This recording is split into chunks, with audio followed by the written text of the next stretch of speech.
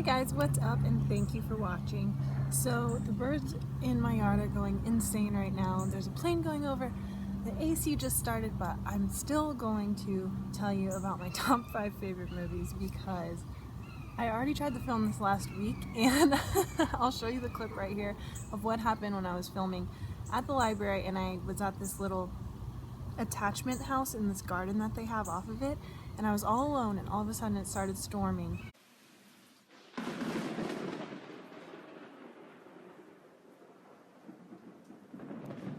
Anyway, I thought that lightning was going to kill me, but I'm still here. And I had a request from one of you guys for my top 5 favorite movies, and I thought that was a great one, and I can't believe I haven't done that before. So I want to share that with you, and I also have some updates, so if you guys want to hear about some updates about my channel, some cool websites and stuff, then stay till the end. So this one is just for my 5 favorite movies in general, and then I'll do another one if you guys want about my 5 favorite... Birds, be quiet! Can't you see YouTube is happening right now? My 5 favorite like old Hollywood movies if you want, and then just different categories you can put in the request below, and then I'll do those ones for you. It's really hard to narrow it down, so I could be missing some, but this is what I think my favorites are. One of my top favorites is Titanic. I have been obsessed with the story of Titanic since I did a project about it in 3rd grade. And that was also the year that Titanic the movie came out. So before the movie came out, I was already doing my project. And I went to a progressive school, which is a whole other videos to explain, but you do a lot of projects. So instead of doing like your math book and your history book and all this, like I did a project on the Titanic, and then I studied math having to do with how the Titanic was built, how many people were on it, how many life rafts. History obviously has to do with it, and all of that kind of thing. And then like I learned about presentation by doing my final project presentation, where I built like this little cafe where all the students could come in, and like I dressed up like I was like on the Titanic. And what did I do for that one? I think I made like a little meal like would be on like the cafe, and then taught them about all the different history of it.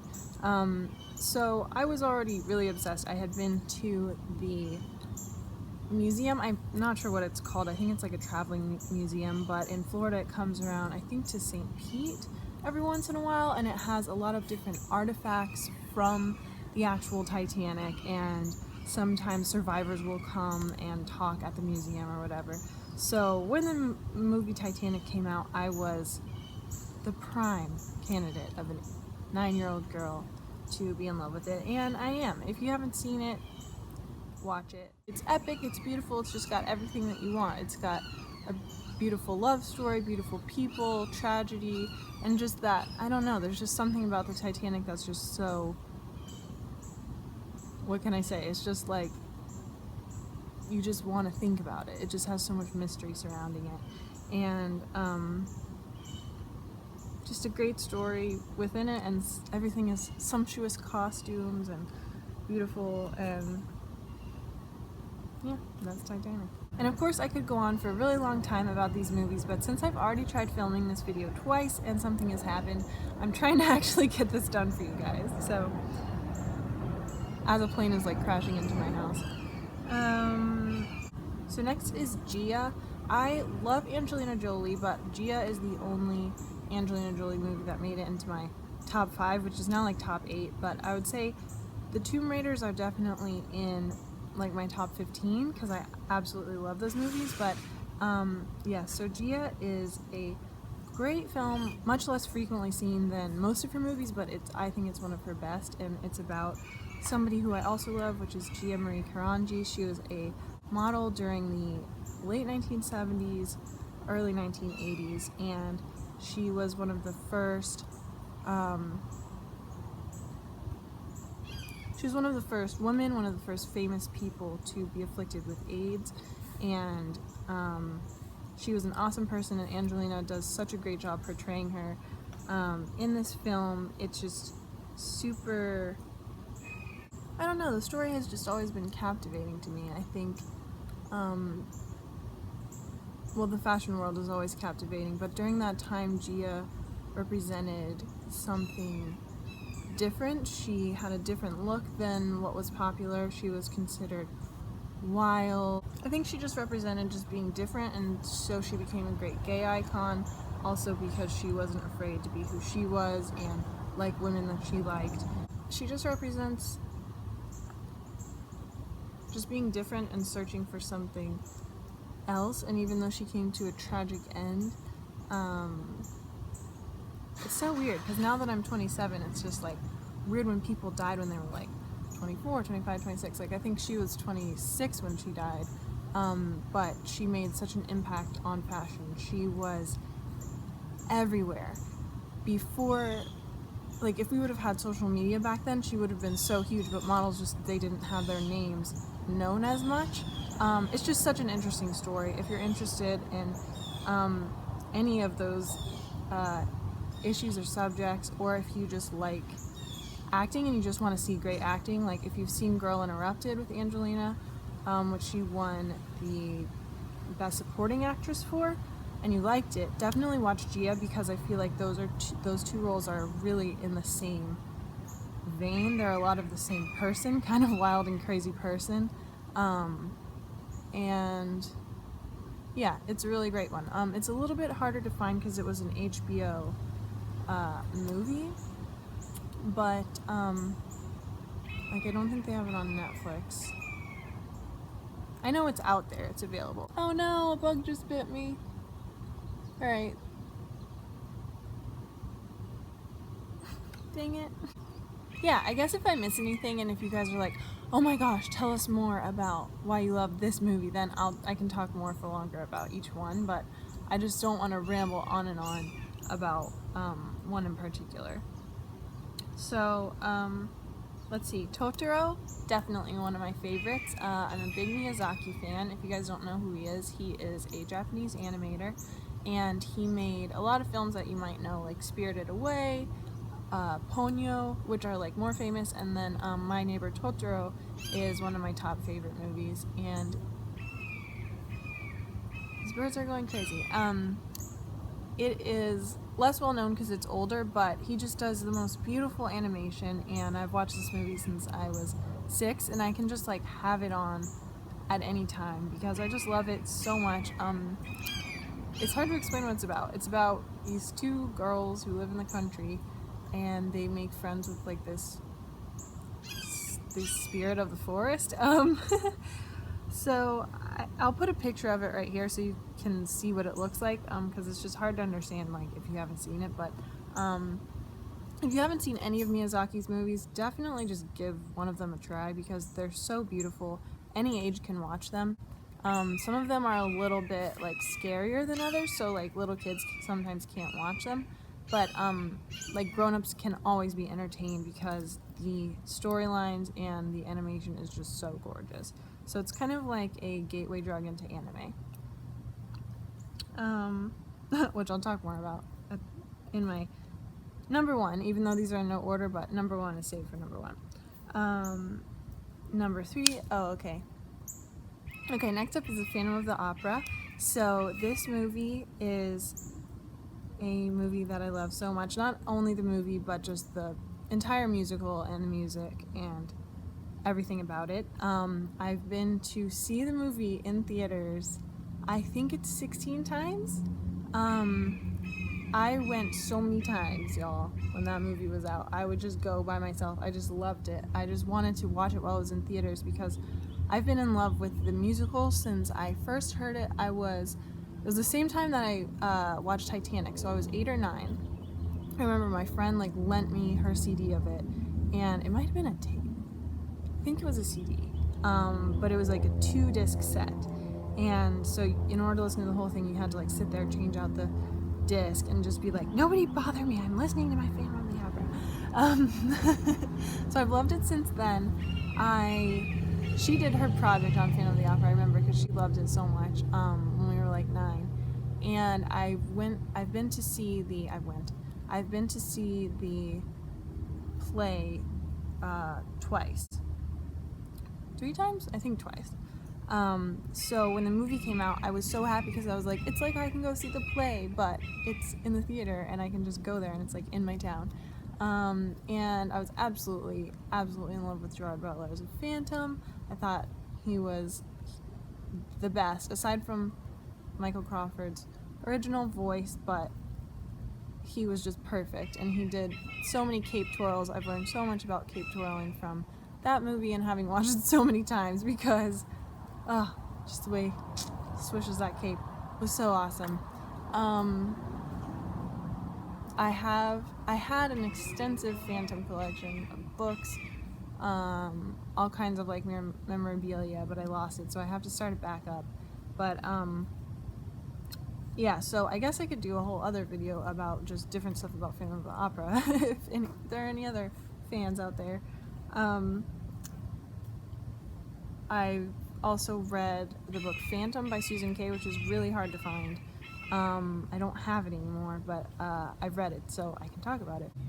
Okay, sorry guys, I have to just keep moving a little bit because the sun is falling through these branches and I'm trying to not make it too dark for you guys. So what was I talking about? Phantom of the Opera. Well, what can I say? I've watched it 16 times in theaters. Some of those were at the Dollar Movie, I will say, but I've watched it a lot. So, I love it. I just love it. Oh, a black butterfly, that was cool. Okay, so, next up, well, this is why I couldn't really do them all in order, is because Moulin Rouge is my favorite, but then I have to sort of include these two others, so, that were directed by the same director. So, Moulin Rouge by Baz Luhrmann is one of my top favorite movies ever. I love it so much. It's just, you guys can tell from this list, you know, I'm that kind of a person. I just love those movies that are just going to make you feel so happy and so good, and so much drama and music and people bursting into song and kissing and beautiful dresses and daring sword fights, all of this, like, bring it on. So, yeah. Oh, that reminds me of one I should have put on the list. The Princess Bride. Well, that's in my top 10, but, so, let's see, yeah, Moulin Rouge. It's so beautiful. Oh my god, it's a masterpiece. It's so gorgeous. Nicole Kidman, Ewan McGregor, they're both so beautiful and perfect, and they look like spot on for being back in like the days of the Moulin Rouge, like 18, when was that? No, 19. They just both look so spot on for being back in that time period. It's so awesome, and the costumes are just to die for. So if you haven't watched it, Moulin Rouge is a story, it's a love story, but it's a drama, it's a musical, and it's by this director named Baz Luhrmann, who's kind of like a crazy genius, I think, and he has this like compound in Australia where he makes his films, and it's got these like huge gates, and all these different artists come together to work together, but it's kind of like Tim Burton, where he works with a lot of the same artists over again, like including music and costumes and everything. So they all sort of start to have this look. Oh, he also did Great Gatsby, so that's a really good one. It's not in my top 10, but that's a really good film. So yeah, if you've seen Great Gatsby, then you sort of know like the flavor of his team.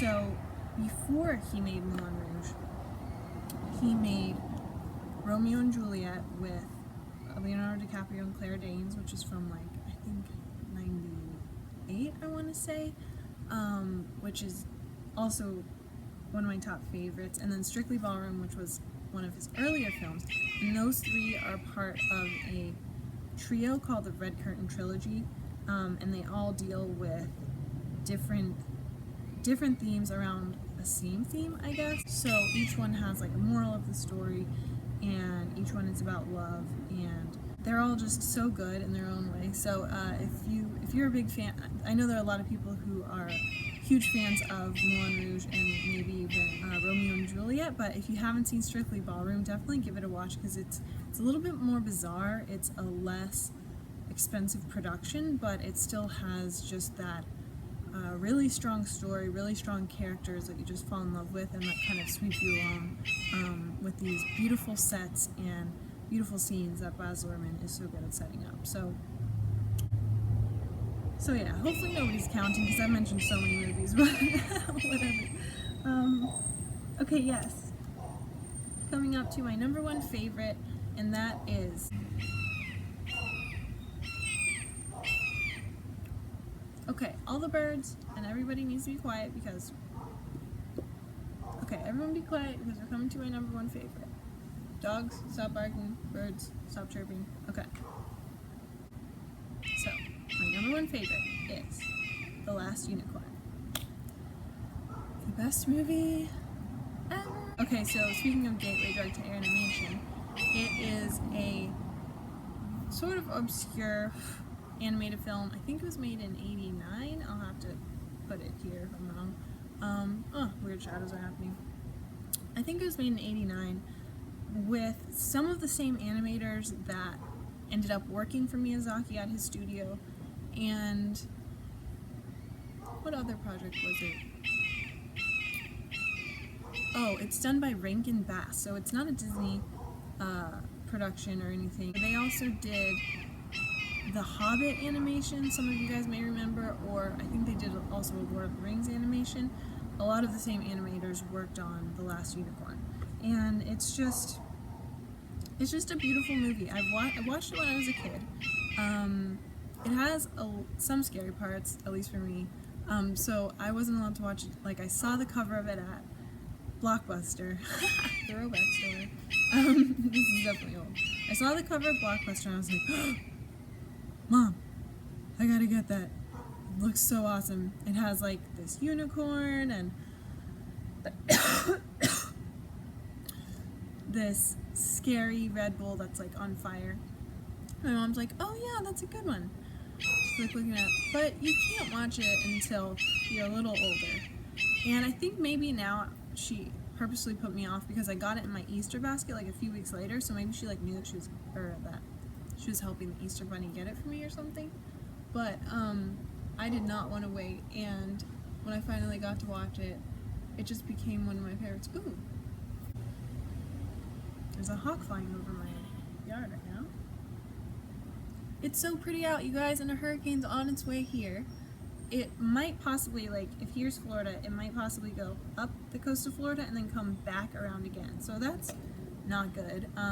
After I finish this, we're gonna go get some bottled water and stock up on some stuff. But it's so pretty out right now, so I'm trying to enjoy the last few moments of non-raining weather. We literally just went through this. So kids can watch this one, but it's definitely a movie that is super beautiful and very sort of, it's not made for adults, but it just has a lot of, it's based on a book that is not a novel for kids, it's just a regular novel by Peter S. Beagle, which is a very, I don't even know how to explain it. It's just, he's a very smart author. Like, he assumes a lot of intelligence in the reader, and so the movie itself also has that. And so I think it can be watched by people of any age.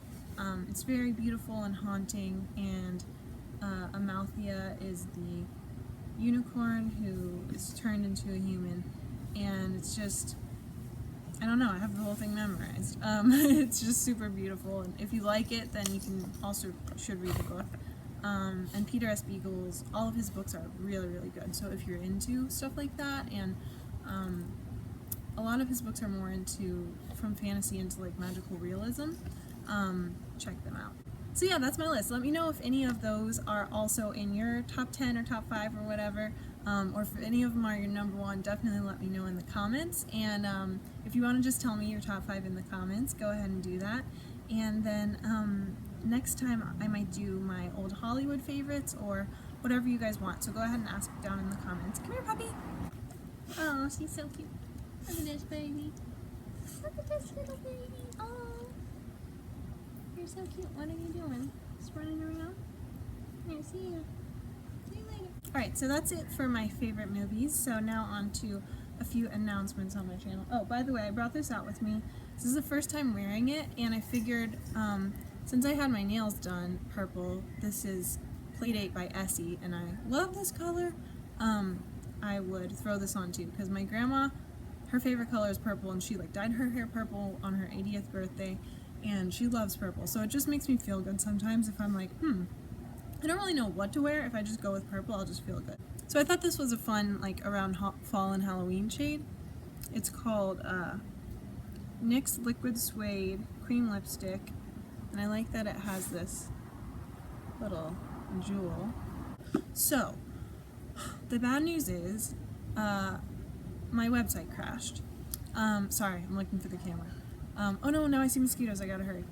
So, I am not that into astrology, but I have a friend, well, my friend Chris, some of you guys know her, she's been on here, and she's a YouTuber too. She is more into it, and she sometimes sends me stuff about it, and she sent me this thing saying it's going to be Mercury in retrograde, and she said last time that happened, which means like Mercury is far away from us, I think, and it tends to rule, that planet tends to rule communications, and so like communications between people will go down, or phones will break, or computers will break, or like files will be lost and stuff. So I was like, oh, okay, well, I think I have all my files backed up, so I'm good to go. I didn't think about it again, although there were some things that definitely seemed like communications were like bad during that time. And then my website, like there's just this thing, like this glitch that happened, and my whole website, all the data is lost. So like all the articles that I've written are not backed up, and everything is gone. So if you go there right now, James helped me to get up a new page. Sorry for this like weird shadow, but whatever. James helped me to get up a new page so that I can send things out to people having to do with pinup and YouTube stuff, but it's not really a place yet, again, for you guys to go and check out like my writings and blog posts and stuff.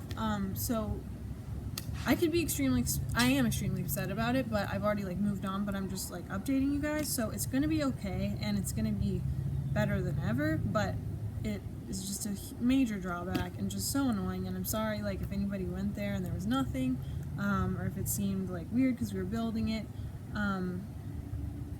That is what happened with that. So that sucks. So the moral of the story is maybe I should pay a little bit more attention when somebody warns me about that. I also heard from somebody who's helping me with a new project, and their computer also broke during that time. So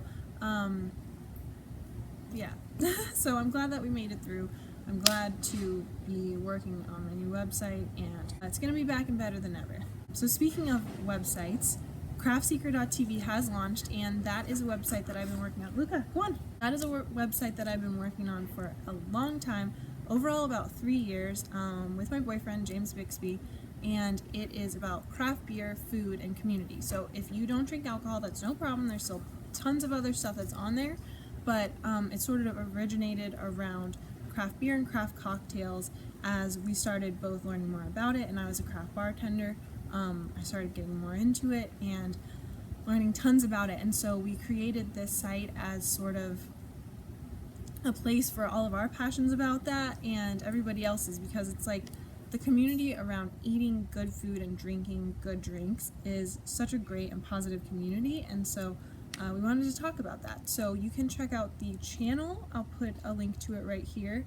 I'll put it in the cards too, because we have that on a separate channel. It's Craft Seeker. And then the website is craftseeker.tv. So I already have a bunch of different recipes over there, and we have other contributors too. And if you have a place that you think we should talk about, then definitely tag us in it on Instagram or Twitter. I'll just put all the links in the info box to this, so if this is the first time you're hearing about it, I've been reposting some stuff from it and stuff, but if this is like the first time you're hearing about it, you can find it all. I realize that I'm rambling because I'm just kind of nervous because it's been a long time coming, and this is just feels weird like talking about it just in this movie video. Oh, I see a ton of mosquitoes, you guys. I gotta hurry.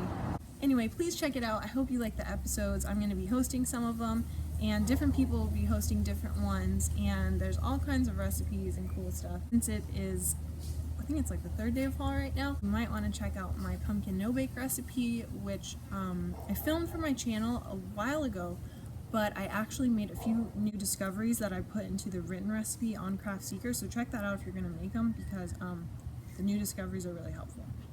Oh, and lastly, my good friend Chris Holman made her own YouTube channel. I told you guys a couple years ago about the channel called Chris and Lo, which was the channel that Chris had with her best friend, who's also my sister, Logan McKinley. And they did a lot of really funny skits that are just hilarious, and they still have that channel, but Chris has made her own because she's a photographer, and she wanted her own platform to just kind of put up more of her own stuff. So I wanted to share that with you because I work with her all the time. You guys see her in my videos and all the time on my Instagram. She takes some of the best pictures that I have. She's amazing. So definitely go check out her YouTube, because I'm so happy that she finally has her own YouTube, and she's posting at least one video a week, but they're super high quality and beautifully filmed and edited videos, so they're definitely worth waiting for, one per week. So go over there and let her know that I sent you over there. If you do subscribe, or if you check anything out, leave her some love and some nice comments, because she's working really, really hard on her channel, and she just has such a beautiful eye that even though she hasn't been doing it for that long, she just comes out with some of the most beautiful and fun content. So definitely worth a subscribe, I think. And I'm gonna get going before these bugs make a meal out of me. Please subscribe and like this video. I'll put all my info right here, so you can check me out on Instagram, Twitter, Pinterest, Snapchat, wherever you want. Will be right here. Alright guys, bye, love you.